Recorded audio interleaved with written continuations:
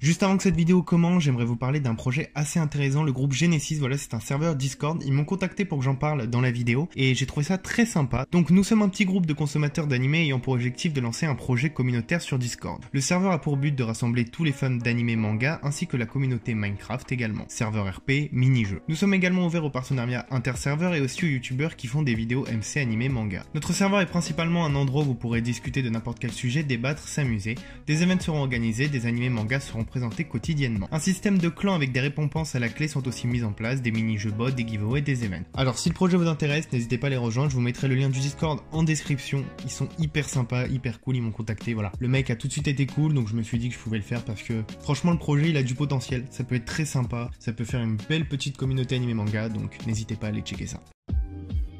Bonjour à tous, c'est Thibaut, j'espère que vous allez bien. Aujourd'hui on se retrouve pour une toute nouvelle vidéo. Dans cette vidéo je vais vous présenter 4 animés où le héros est en solo. J'espère que ça vous plaira, on est parti, générique.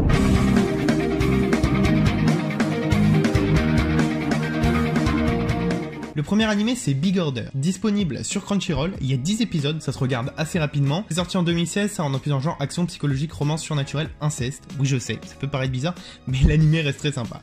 Post-apocalyptique et super pouvoir. On est dans un monde où il y a des humains qui sont appelés Orders et qui ont reçu des super pouvoirs grâce à un vœu qu'ils ont fait auparavant. On va suivre Eiji, qui est l'un d'entre eux, et qui a souhaité la fin du monde. Malheureusement, son vœu va être exaucé. La Terre va être brutalement ravagée. Aujourd'hui, Eiji il essaye de vivre malgré ça, malgré ce qui s'est passé, mais une fille va rejoindre sa classe et c'est là que sa vie va changer du tout au tout. Moi je vous le conseille, l'anime est vraiment très sympa, ça se regarde très rapidement, c'est un petit budget, 10 épisodes, et voilà, si vous cherchez des petits animés à regarder facilement comme ça pour étendre un peu votre culture, cet animé est très très simple. Alors, le deuxième animé c'est un animé beaucoup plus long, c'est Daygreman, c'est sorti en 2006, ça rentre plus dans le genre action, aventure, comédie, drame, fantasy, historique, horreur, surnaturel, shonen. Malheureusement c'est plus disponible sur les sites de streaming licenciés tels que Wakanim, ADN ou Crunchyroll, mais vous le pouvez trouver facilement en streaming.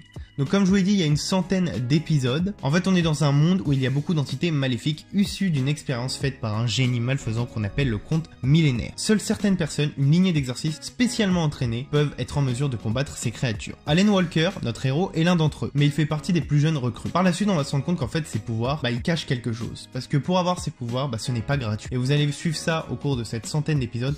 Et cet animé il est vraiment très sympa. On m'a dit que le manga était très cool, je l'ai pas lu malheureusement. Mais voilà, si vous aimez des animés un peu plus longs, où il y a des backgrounds, ça a le temps de se développer, Daygreman, vous allez adorer. Le troisième animé c'est Persona 5 de Animation. Très sympa aussi, disponible sur Wakanim. C'est sorti en 2018, donc c'est assez récent, il y a 26 épisodes, voilà, aussi un peu plus long que les autres. Ça rentre dans plusieurs genres, action, drame, fantastique, mystère, psychologique, school life, autre monde. En fait, on va suivre un jeune lycéen qui est arrivé par hasard à Tokyo. Il va devoir faire face assez rapidement à des événements qui vont lui arriver et qui vont changer son quotidien. Il va découvrir un pouvoir quand il va éveiller son persona. Et donc il va jongler entre deux vies, celle de son pouvoir, je vous en dis pas plus, et celle de lycéen lambda quoi. Et il va découvrir que notre monde, il est pas blanc ou gris. Voilà, l'anime est très sympa, il est assez récent, il y a de bons retours dessus, disponible sur Wakanim, donc ça se regarde assez facilement, voilà, pour les trouver c'est plus facile. Et moi j'ai bien aimé, donc si vous l'avez pas vu, je vous le conseille. Le dernier animé c'est Seisen Cerberus Ryo Kuku no Fatalité. Très sympa, disponible sur Crunchyroll, il y a 13 épisodes, sorti en 2016. Ça rentre dans plusieurs genres, action, aventure, fantasy, autre monde, combat et monstres.